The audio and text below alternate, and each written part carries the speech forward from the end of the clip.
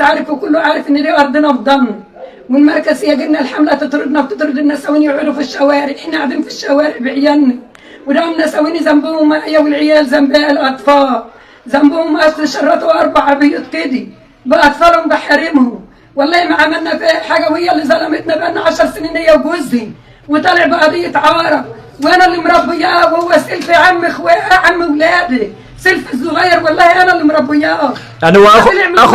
اخو جوزك ولا ابن عمه؟ اخو جوزي هو الصغير وانا داخله عليه، وانا اللي مربيه كان عنده 6 سنين، انا اللي مربيه السد وما طلعش من البلد من لا بحر ولا بقضيه عاره، والناس موجوده في بسته وعارفين كل حاجه عنه، وان كنتوا عايزينهم نجيبهم، وانا طالبه بس بالعداله، طالبه بالعداله بقى لي 10 سنين نتحط على الاسبوع ونقول احنا عايزين العداله يا اولاد، والله يا ارضنا فضلنا وانزلوا واسالوا واعملوا تحريات وانزلوا واسالوا، واولادي جايين يرمدوا في دارهم، خرجتهم من دارهم باطفالهم بنساوينهم وقعدتهم في الشوارع، وقعدت هي وجوزها في قلب الدار.